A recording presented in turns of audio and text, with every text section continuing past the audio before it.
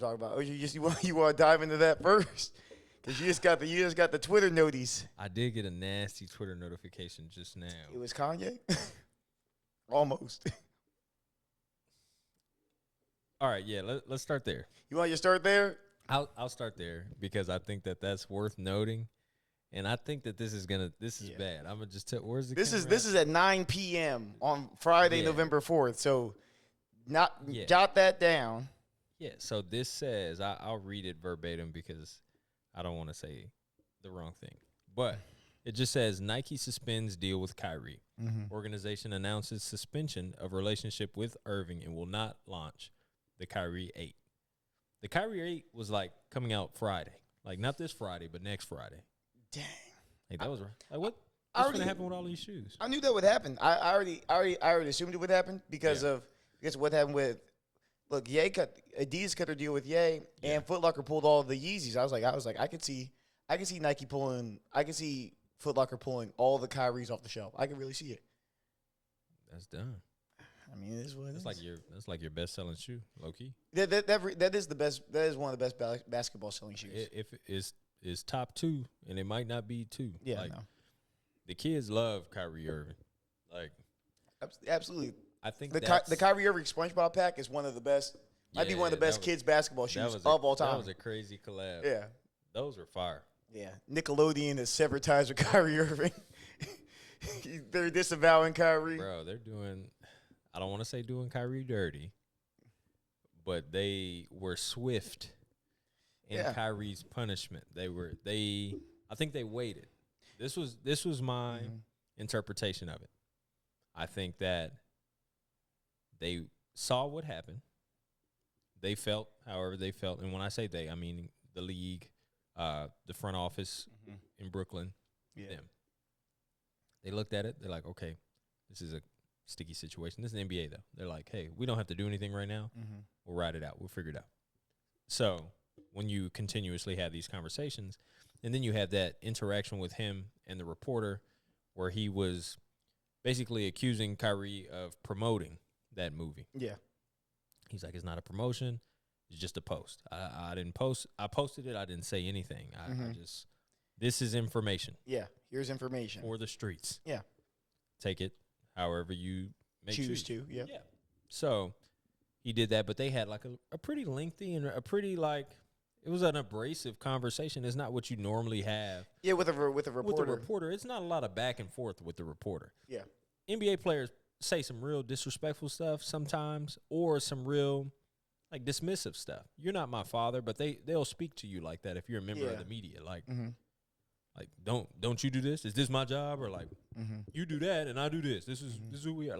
Some of that stuff is not worth saying. But I think Kyrie Irving had that because he just is the kind of person he is. He's gonna challenge, he's gonna talk, and he's gonna give it back to you because he doesn't like to just let die and just shut stuff up. Like he's just not gonna do that. So with all that happening, then you get to the next wave where now they're asking the commissioner, like, hey, Adam, how do you feel about that? And then Adam's like, I just wish the man would have apologized. Yeah. Like, could you have just done that? Yeah. I mean, we talk. It's this is the thing. It's and I understand where it's hard to. It's kind of hard to apologize when you don't feel like you're in the wrong. For sure. I feel, and I understand that point of view. And then you also have the point of view where you feel like, okay, I'm doing things to rectify what you feel is, any sort of grievance. So I'm, he and the Nets donated $500,000 to some hate charity or whatever. Yeah, for sure. Which that just sounds like a money laundering scheme. Charity's a scam. But that's a whole different thing. That's just. Imagine running the nonprofit. Yeah. And you get hey, don't hate nobody. What's that? you just got the nonprofit. Yeah. And you're just hanging out at the house. You probably don't even have a real office. You just have your stuff. It's a fake job on the internet, and you're like, "This is how we feel. This is our motto." And then one day, what you do? Print pamphlets. Somebody's gonna get in trouble, and they're gonna donate. They're gonna choose your charity to donate to. Yeah. And now you're just balling. You didn't have to do. You didn't have to do nothing. Yeah. That'd be lit, bro. And none of it's taxable because it's a not for profit. We're finna get this bread. Hey, listen, we're You starting our feel own me? charity, the Lower the Rim. Don't hate nobody. Bro. Don't hate nobody. Basketball fund. That's what we I'm promoting. with it. So please donate so we can get McLarens. Uh, It's just a byproduct. that's a byproduct. We're here to we're printing pamphlets to stop, hate. And the way we do that is we get a McLaren and we put "Don't hate nobody" on the back on the bumper sticker. I'd be so for a McLaren just wrapped with like some obnoxious Like stop Asian hate. signage. Yeah, like on a the whole, front. just a gang of hashtags all over my McLaren. Hashtag BLM. Hashtag Trans Lives Matter. All that shit. I can have the all black McLaren with the white hashtag. Yeah. And you can have a flip. Yeah, that'd be hard. That'd be tough. We're helping. We're helping. We're bro. helping. Y'all see me? Everybody turn their head. Hey, bro, what's look on at that me. car? Look at you. We helping. Oh, stop Asian hate. Yeah. Oh, yeah. See? We out here Trans trying- Lives Matter. Yeah. All that shit. Whatever. All the homies. Whatever you want to be. He, she, we, they. Y'all the homies. Yeah. That's what the. That's what the. I got a shit that say "Go Furries" on the back. If you want to do that, Bro, we just everybody the homies. That's what the charity's gonna be. shout out to the homies Just charity. donate the homies charity. Donate to the homies. Yeah, y'all donate to the homies. We're gonna leave a link down in the comments. Yeah. For y'all to donate to the homies. What I gave was a working title. That's much better. The homies against hate. Homies against Homies hate. against hate. There we go. That's what we do. That's a collab. You gonna get the So- McLarens. So look, this is what we do because I don't want to go too far. I will ask you this. I'm going to regret this, but how does this make you feel? This Kyrie situation. What are your thoughts? What are your I have a lot of thoughts. What is your initial thoughts? Let's say in like a culmination of the 2 or 3 things that Okay. happened this week. How do you feel now? Present day, November 4th, 9 p.m. Kyrie don't got his new shoe coming out, but Yeah. I mean, like, it is what it is. I'd say this is what happened. Like, this is what I would say there's a few things. One, I would say a little harsh, but I get it. Yeah, I would just say that. I would say a little harsh, but I get it, right? And there's a few things that go with that. One, this comes in the context of all the Kanye stuff that's been going on for the last 2-3 weeks. So that I think that lays a backdrop for this. And the only reason Kyrie even posted that was to kind of provide context to people about where Kanye was coming from. Like that whole I think it's called Hebrews to Negroes. I think that's the name of the documentary. I'm not promoting it. Just to be clear. Don't come after me, YouTube. I'm not promoting it. Just saying that's the name of the documentary. Is that what it's called? It's called Hebrews to Negroes. That's what it's called. It's on Amazon. I thought it was something more clever. No, it doesn't even rhyme. Honestly, not good alliteration. That's what I thought it was. I need Hebrews to to Negroes. It's called Hebrews to Negroes. Anyway, so Kyrie was kind of posting that in response to people kind of going in on Kanye saying, hey, like these ideas that Kanye's talking about aren't just coming from nowhere. These are people talk about black Israelites, and black Israelites are like a subgroup in the black community, people who believe that black people are Jewish and that black people come from a Jewish lineage. And there is some historical evidence supporting that, right? So that people of like, especially like North African and Afro-Asiatic descent are ethnically Semitic, right? So that's where people kind of get into this kind of debate. Now the thing that upsets people in the documentary, right? The thing that Kyrie was trying to promote is that, hey, it's black people. He was the same way that people say black people can't be racist. He was trying to say black people can't be anti-Semitic because black people are Semitic. That's the same way that people can say black people can't be racist all day long. And so so that's what he was saying. He was saying that black people can't be anti-Semitic, especially if they're promoting something like this. So I'll just keep spilling here. But what people do have a problem with in this documentary, and what people do have a problem with in terms of black Israelites, is the whole idea like, okay, people say, okay, Jesus was black. People say black people are, ethnically Jewish. They're ethnically Semitic. People say, okay, where this falls off the rails with a lot of people is the idea that the people who we think of today as Jewish are fake Jews and imposters. Yeah. That is something that is what's controversial in this documentary, and there's a whole bunch of stuff about Jewish people being devil worshippers and stuff like that. Far off the rails, kind of way out there, kind of wackadoo stuff, right? So if you're someone, so people can kind of jive with the first part, you lose people in the second part, and Jewish people end up feel disrespected, as they should, by that second part, you know? And so I think, and this is what I think is interesting about the whole anti-Semitic thing, because people talk about, Jewish people having controls of the media. It's the same way that I called you, I talked about this, right? It's just like the same way when someone's like, oh, you're a violent thug, right? Yeah. And then you respond because you've been disrespected. You respond by beating them up. You end up proving them right. They see, I knew it. I knew you were nothing but a violent, like that's. Yeah. So the same, like there are Jewish people who are in charge of things, and they feel disrespected, and they're right to feel disrespected. And so because of that, if they smack you down because you disrespected them, you're gonna get something that you got to eat that, right? So I don't know. That's kind of where I'm at about it. I understand where they're coming from. I hope there's a way to heal and reconcile this. I don't know. I mean, like I got multiple Jewish best friends, so I don't know where to go. Exactly. And like I've had conversations with Cody. I haven't talked to Trevor about it, but yeah, I don't know. That'd be a good person to talk about. Yeah, we should have had Trevor on the pod to talk about. We're gonna bring Trevor on the pod because this is not done. Yeah, we need a Jewish representative. This is 5 games suspension without pay, and then he had to shell out some bread with the Nets in order to. I'll tell you this. Right. I'll tell you this. Explaining that, I'm sweaty. Oh. Explaining that, I'm trying to dance. I'm trying to glide. I'm trying to explain the situation. Yeah. Without because I think this giving is credence. How can you speak on a sensitive subject? Yeah. And give the facts when there is a wrong side and there is a right side, no matter where you so choose or whatever you believe. If there's a left and a right, I won't say right and wrong because that might be wrong to say. So if there's a left and a right, and I am trying to just basically give you a synopsis of the entirety of the situation.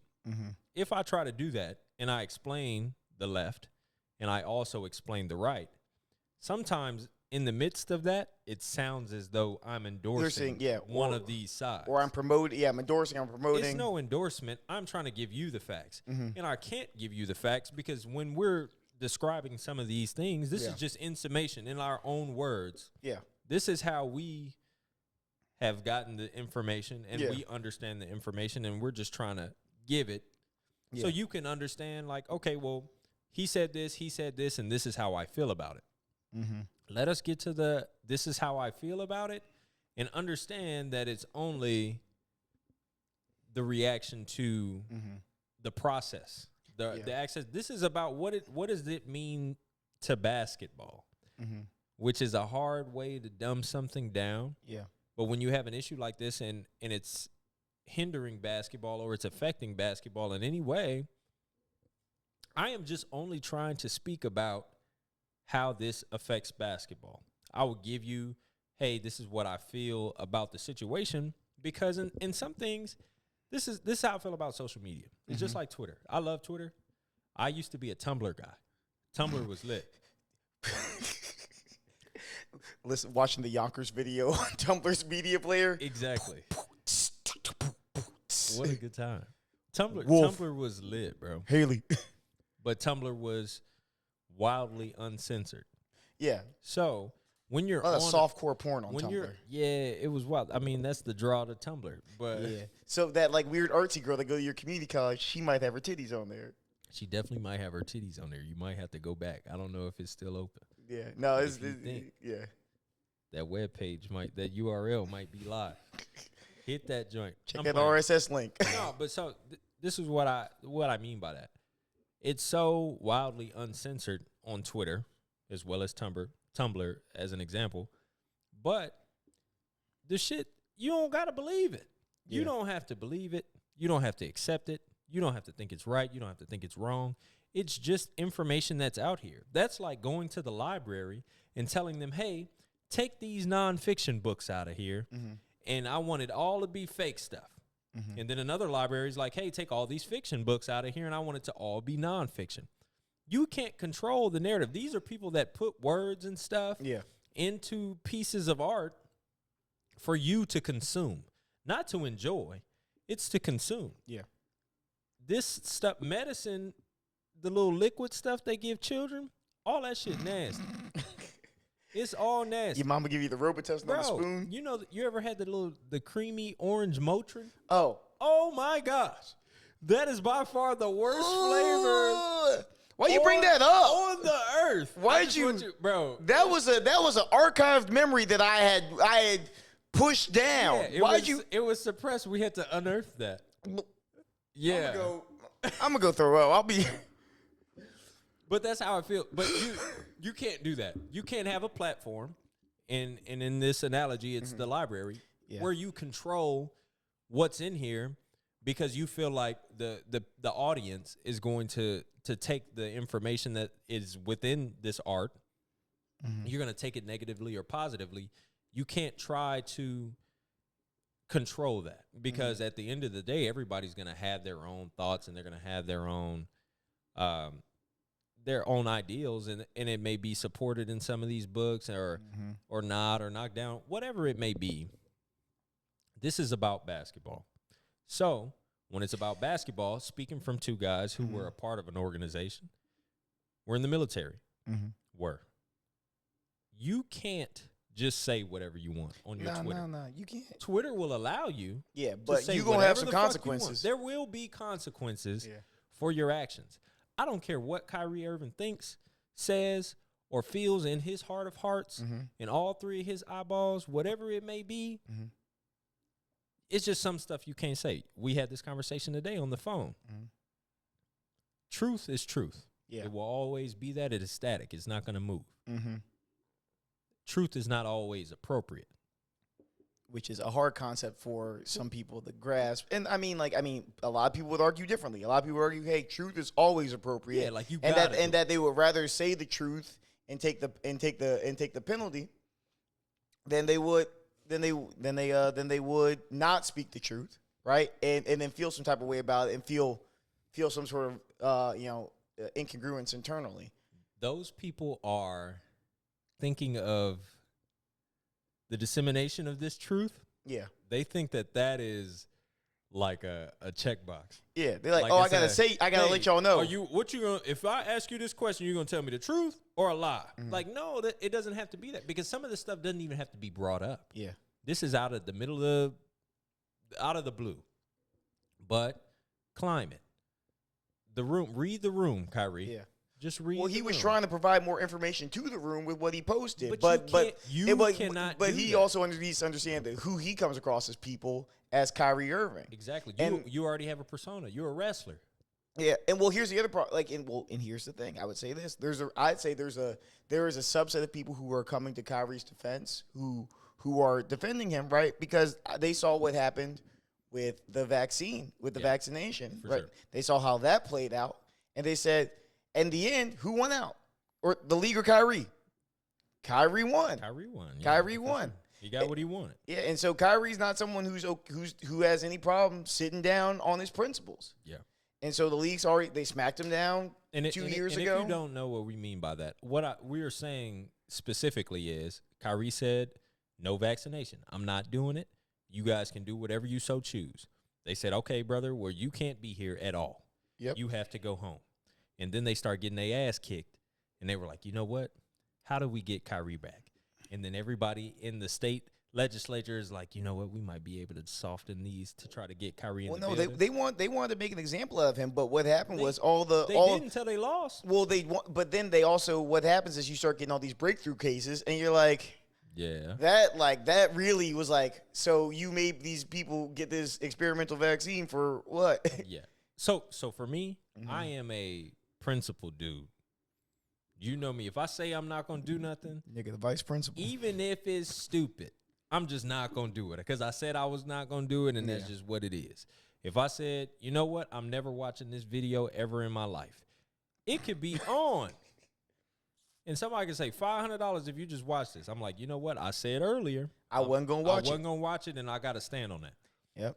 That's how I feel about Kyrie and his situation, where I think he's just like, listen, I see the evidence. I see what you guys are talking about. But if I said this and I was always here with my point of view, and you guys sold me this, and then it shot down to this, it rose up to here, and then it came down to here. You met me in the middle a little bit, and then it went over that. Like, he's like, look at how inconsistent you are, and look how consistent I am. Yeah. I told you this is just my point of view, and this is how I believe. And that's just where it's at. You understand that people just can have different beliefs. I thought it would be normal because I feel like Kyrie is like a very religious, like an openly religious person, where he's into being spiritual. Mm-hmm. Maybe not a specific faith. He's maybe Muslim now. Yeah, he is now. So, but these are things that Kyrie is experimenting with, and I hate when he does this because every time Kyrie gets in trouble, he's like, "Hey guys, look, I'm human. I'm learning. I'm learning." I'm like, bro, fuck you. Bro, shut up. I just want to go down to like the Columbia Heights, like metro station where all the Black Israelites. Imagine they all got Kyrie jerseys. They probably got all Kyrie. Imagine if they pull up. You go down to U Street, it's all niggas. It's just everybody got a Brooklyn Nets number Kyrie. 11.